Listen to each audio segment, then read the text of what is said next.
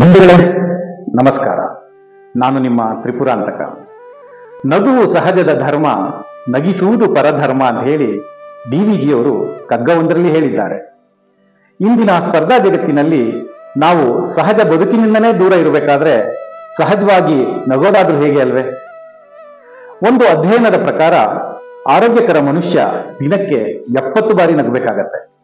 ಆದರೆ ಒತ್ತಡದ ಜೀವನ ಶೈಲಿಗೆ ಸಿಲುಕಿರುವಂತಹ ಬಹುತೇಕರು ದಿನಕ್ಕೆ 7 ಬಾರಿಯೂ ಸಹ ನಗಕ್ಕಾಗದೇ ಇರುವಂತಹ ಪರಿಸ್ಥಿತಿಯನ್ನ ತಂದಿಟ್ಕೊಂಡಿದ್ದಾರೆ. ಪ್ರಪಂಚದಲ್ಲಿ ಅತ್ಯಂತ ಅಗ್ಗದ ಔಷಧ ಅಂದ್ರೆ ಅದು ನಗು. ಹಿಂದೆ ಆರೋಗ್ಯ ಹತ್ರ ಇರ್ತಾ ಇತ್ತು, ಆಸ್ಪತ್ರೆ ದೂರ ಇರ್ತಾ ಇತ್ತು. ಇಂದು ಆಸ್ಪತ್ರೆಗಳ ಹತ್ರ ಇದ್ದಾವೆ, ಆದ್ರೆ ಆರೋಗ್ಯ ಮಾತ್ರ ನಮ್ಮಿಂದ ದೂರ ಹೋಗ್ತಾನೆ ಇದೆ.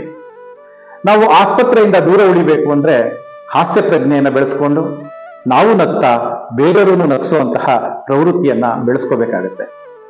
ನಾವು ಕೆಲಸ ನಿರ್ವಹಿಸುವಂತಹ ಸ್ಥಳಗಳಲ್ಲಿ, ಮನೆಗಳಲ್ಲಿ ಅನೇಕ ಹಾಸ್ಯ ಸನ್ನಿವೇಶಗಳು ಸೃಷ್ಟಿಯಾಗುತ್ತೆ. ಅಂತಹ ಸಂದರ್ಭದಲ್ಲಿ ಮನಬಿಚ್ಚಿ ನಕ್ಬಿಟ್ರೆ ನಮ್ಮ ಮನಸ್ಸು ಹಗುರ ಆಗತ್ತೆ. ನಗೋದ್ರಿಂದ ಬರೀ ಆರೋಗ್ಯ ವೃದ್ಧಿ ಅಷ್ಟೇ ಇರಲಿಲ್ಲ, ನಮ್ಮ ಮುಖದ ಸೌಂದರ್ಯವೂ ಸಹ ವೃದ್ಧಿಸುತ್ತೆ. ಹಾಗಾಗಿ ನಗೋದನ್ನ ನಾವು ರೂಢಿಸ್ಕೊಳ್ಳೋಣ, ನಾವು ನಗೋಣ, ಅನ್ಯರನ್ನು ನಗಿಸೋಣ. ಧನ್ಯವಾದಗಳು. ಮತ್ತೆ ಭೇಟಿಯಾಗೋಣ.